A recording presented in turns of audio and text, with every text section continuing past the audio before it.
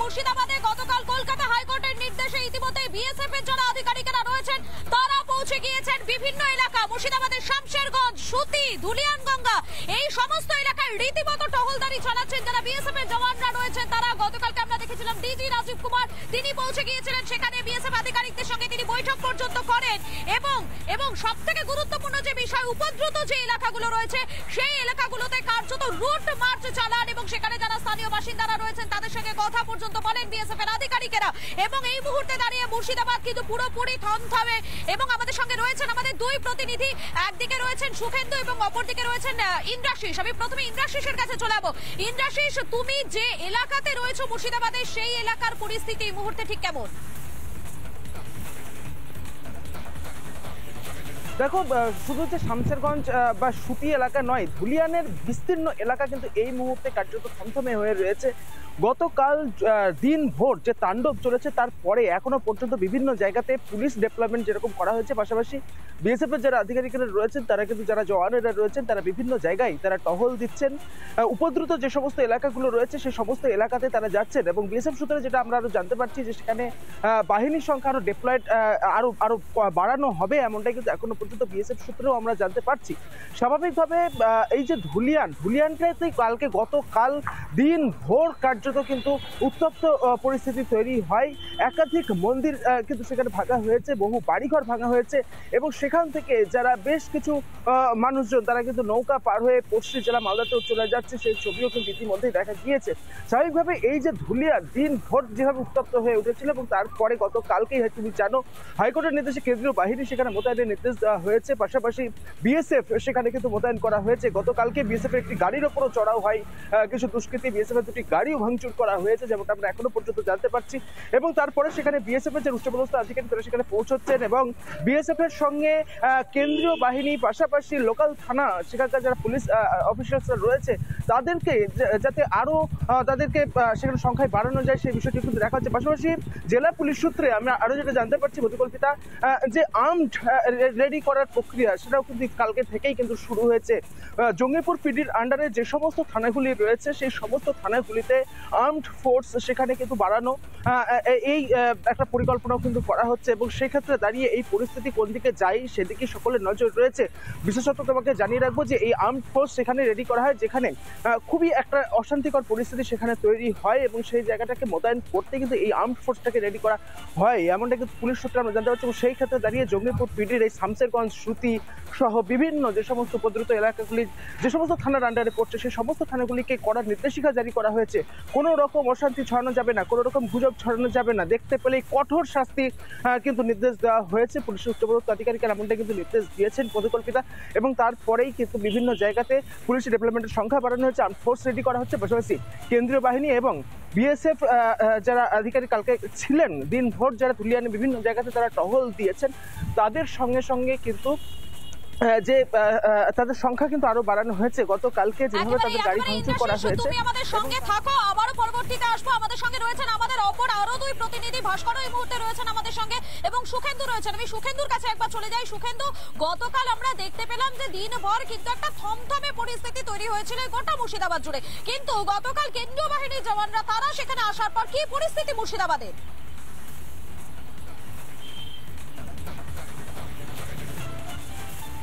দেখো, পরিস্থিতি যে খুব একটা বদল হয়েছে এমনটা বলা যাবে না, তবে যে সমস্ত মানুষজন যারা রয়েছেন কারণ এলাকাটা গোটা এলাকা এখনো পর্যন্ত থমথমেই রয়েছে, কারণ যে তাণ্ডব চলেছে সেই তাণ্ডবের পর কিন্তু ইতিমধ্যে সেই এলাকা জুড়ে থমথম রয়েছে এবং বিভিন্ন জায়গায় যে ভাঙচুর চালানো হয়েছে সেই সমস্ত চিহ্ন বা নমুনাগুলো এখনো পর্যন্ত রয়েছে। এবং আমরা রাত্রে গিয়েও দেখেছিলাম যেখানে যে বিএসএফের যে টহলদারি চলছে এবং সবচেয়ে গুরুত্বপূর্ণ যে বিষয়টা হচ্ছে যে স্পর্শকাতর এলাকাগুলোকে তারা চিহ্নিতকরণ করেছে এবং সেই স্পর্শকাতর এলাকা চিহ্নিত করার পর সেই সমস্ত জায়গাগুলোতে টহলদারি যারা এবং যারা ক্ষতিগ্রস্ত হয়েছেন, যাদের উপর অ্যাটাক হয়েছে সেই তাদের সঙ্গে গিয়ে কথাবার্তা বলেন যে কেন্দ্রীয় বাহিনীর জওয়ানরা। এবং সবচেয়ে গুরুত্বপূর্ণ আরও একটা বিষয় যে রাজ্য পুলিশের ডিজি রাজীব কুমার তিনি বিএসএফে তিনি তার সঙ্গে বিএসএফ আধিকারিকদের সঙ্গে কথা বলেন, বৈঠক করেন এবং সেই বৈঠকের পর যে বিষয়গুলো করা হয়েছে যে 5 কোম্পানি কেন্দ্রীয় বিএসএফ অর্থাৎ কেন্দ্রীয় বাহিনী এই মুহূর্তে মোতায়েন থাকবে এবং সুতি, শামশেরগঞ্জ এই দুটো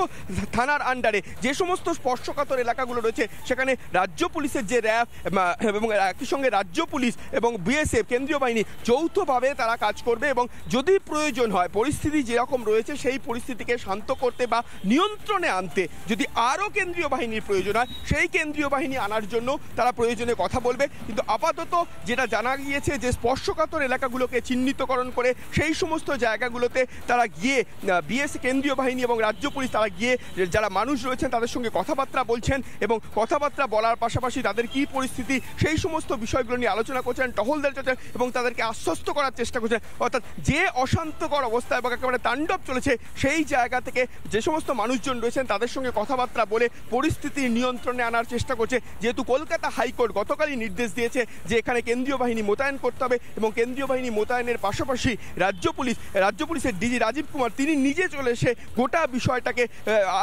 নিয়ন্ত্রণে আনার চেষ্টা করছেন এবং তাদের যেটুকু জানা গিয়েছে সূত্র মারফত যেরকম জানা যাচ্ছে যে পরিস্থিতি খুব দ্রুত নিয়ন্ত্রণে আনার চেষ্টা করছে এবং রাজ্য পুলিশ যেমনটা ইন্দ্রাশিস যেমনটা জানালো যে আর্মড ফোর্স একই সঙ্গে রাজ্য পুলিশ পরিস্থিতি দ্রুত নিয়ে আসার চেষ্টা কিন্তু করছেন যারা কেন্দ্রীয় বাহিনীর জওয়ানরা রয়েছেন তারা। সুখেন্দু তুমি আমাদের সঙ্গে থাকো, আমাদের অপর প্রতিনিধি ভাস্কর রয়েছেন আমাদের সঙ্গে। ভাস্কর, বিগত বেশ কয়েকদিন ধরে তুমি মুর্শিদাবাদের একাধিক এলাকা উপদ্রুত যে এলাকাগুলো রয়েছে সেই এলাকাতে যাচ্ছ, সেখানকার স্থানীয় যারা বাসিন্দারা রয়েছেন যারা এখনো পর্যন্ত আতঙ্কে তাদের সঙ্গে কথা বলছো, যাদের দোকান বাড়ি ভাঙচুর করা হয়েছে তাদের সঙ্গে তুমি কথা বলেছো। তো গতকাল রাতে বিএসএফ এখানে ডিপ্লয় হওয়ার পর তারা কতটা আশ্বস্ত, তারা কি মনে করছেন এবার কি ধীরে ধীরে পরিস্থিতি স্বাভাবিক হতে পারে?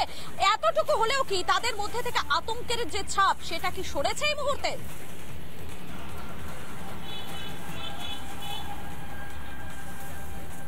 একদমই মধুকল্পিতা। দেখো, যখনই কলকাতা হাইকোর্টের তরফ থেকে নির্দেশ দেওয়া হয়েছে যে কেন্দ্রীয় বাহিনী মোতায়েন করা হবে এবং সেই জায়গা থেকে দাঁড়িয়ে বিএসএফ জওয়ানদের যখনই ডিপ্লয় করা হয়েছে, আমি কথা বলেছিলাম শামশেরগঞ্জের বাসিন্দাদের সঙ্গে যাদের দোকান বাড়ি ভেঙে লুট করা হয়েছে, আগুন জ্বালিয়ে দেওয়া হয়েছে, তারা বলছেন যে রাজ্যের পুলিশ রাজ্যের প্রশাসনের ওপর তাদের আর ন্যূনতম আস্থা নেই। তারা চাইছেন পাকাপাকিভাবে সারা বছরের জন্য শামশেরগঞ্জ বা এই ধরনের যে উপদ্রুত এলাকা রয়েছে যেখানে দেশবিরোধী কার্যকলাপের যে চেষ্টা সেই চেষ্টা লাগাতার চলে, সেখানে বিএসএফ ক্যাম্প তৈরি করে দেওয়া হোক। কারণ বিএসএফ ক্যাম্প থাকলে বিএসএফ জওয়ানরা যদি বছরভর থাকেন সেক্ষেত্রে দাঁড়িয়ে তারা নিজেদেরকে নিরাপদ মনে করতে পারবেন। শামশেরগঞ্জের মা বোনেরা তারা পরিষ্কার বলছেন, তারা স্পষ্ট ভাষায় বলছেন পুলিশের ওপর তাদের আর আস্থা নেই, তারা বিএসএফ জওয়ানদের ওপর আস্থা রাখছেন। এমনকি যখন বিএসএফ জওয়ানদের মোতায়েন করা হচ্ছিল শামশেরগঞ্জ থানার একেবারে অদূরেই, সেই সময় সেখানকার মানুষেরা বিএসএফ জওয়ানদের নামে জয়ধ্বনি পর্যন্ত দিচ্ছিলেন। তারা বলছিলেন বিএসএফ এসে গেছে, এবার অন্তত তারা কিছুটা হলেও আশ্বস্ত বোধ করছেন। এবার অন্তত তাদের মনের মধ্যে যে ভয়ঙ্কর স্মৃতি, যে আতঙ্ক তাদের তাড়া করে বেড়াচ্ছে, সেই আতঙ্ক কিছুটা হলেও কম হচ্ছে। কারণ রাজ্যের পুলিশ রাজ্যের প্রশাসনের বিরুদ্ধে বারবার অভিযোগ উঠেছে। বোঝা যাচ্ছে ভাস্কর, বিএসএফ এর আধিকারিকেরা তারা আসার পর অন্তত যারা সেখানকার মা বোনেরা রয়েছেন, যারা স্থানীয় বাসিন্দারা রয়েছেন, তারা এতটুকু হলেও আশ্বস্ত হচ্ছেন। কিন্তু বছরভর সেখানে বিএসএফ আধিকারিকরা থাকুক এই দাবিটাকেও কিন্তু তারা সামনে রাখছেন। আপাতত ধন্যবাদ ভাস্কর, ইন্দ্রাশিস এবং সুখেন্দু তোমাদের তিনজনকে। এবং মুর্শিদাবাদের পরিস্থিতি সেখানকার প্রত্যেকটা মুহূর্তের আপডেট আপনাদের সামনে তুলে ধরছি আমরা। আর এবারে যে ছবিটা আপনাদেরকে দেখাবো রতনপুরে, সেখানে স্কুল বাসে হামলার অভিযোগ, সেখান থেকে দাঁড়িয়ে আমাদের প্রতিনিধি সৌমিত্র কি প্রতিবেদন তুলে ধরেছেন একবার দেখুন। এলাকায় কিভাবে ওয়াকফ সংশোধনী আইনের প্রতিবাদে ভাঙচুর চালানো হয়েছে একটি বাসে, সেই চিত্র দেখাবো। এই যে স্কুল বাসটিকে একেবারে ভেঙে চুরে তছনছ করে দেওয়া হয়েছে। এতটাই বিধ্বস্ত পরিস্থিতি এখানে, সাধারণ মানুষরা অত্যন্ত আতঙ্কের মধ্যে দিন কাটাচ্ছেন। এই মুহূর্তে সেনা জওয়ানরা রয়েছেন, বিএসএফ জওয়ানরা রয়েছেন, এর পাশাপাশি জেলা পুলিশের কর্মকর্তারাও রয়েছেন। আমি জানার চেষ্টা করব এখানকার সাধারণ মানুষদের মুখ থেকে কি পরিস্থিতি হয়েছিল গতকালকে হঠাৎ করে প্রচুর লোক একসঙ্গে আসলো, আসার পর ওই সময় স্কুল বাসটা এই সময় ঢুকছিল, বাচ্চা ফুল ছিল বাসে। তারপর যখন আমি দেখলাম যে অবস্থা খারাপ আছে, তখন আমি বাউন্ডারির মধ্যে ঢুকিয়ে দিলাম। ঢুকিয়ে দিয়ে আমি কোনো রকমে, তারপর আক্রমণ শুরু হয়ে গেল। বাচ্চাগুলোকে কোনো রকমে আমি তাদের প্রাণ রক্ষা করতে পেরেছি। মানে বাচ্চাদের ওপরেও আক্রমণ করছে? হ্যাঁ, কোনো রকমে আমি ওই সাইডের গেট দিয়ে বের করে আমি নিজের বাড়িতে সবাইকে ঢুকিয়ে দিয়েছিলাম, যার জন্য তাদের প্রাণ বেঁচে গেছে। না যারা আক্রমণ করেছে তাদেরকে কি চিনতে পেরেছেন? না না না, তাদেরকে আমি চিনতে পারিনি কাউকেই। তারা বাইরের? হ্যাঁ, অবশ্যই বাইরের হবে। তারা কোন বয়সের? বিভিন্ন বয়সের ছিল, ছোট বড় সবই ছিল। আচ্ছা আচ্ছা আচ্ছা।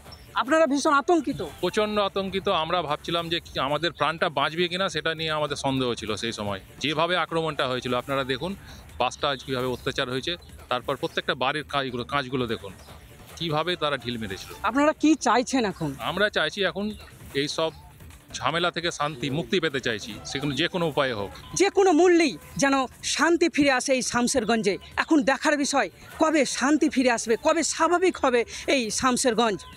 মুর্শিদাবাদ থেকে সৌমিত্র দাস, রিপাবলিক বাংলা। নানা ধরনের কন্টেন্ট দেখার জন্য লাইক করুন, শেয়ার করুন আমাদের ফেসবুক পেজ, সাবস্ক্রাইব করুন আমাদের ইউটিউব চ্যানেল। পাশাপাশি অন্যান্য ব্রেকিং নিউজের জন্য অবশ্যই চোখ রাখুন রিপাবলিক বাংলায়।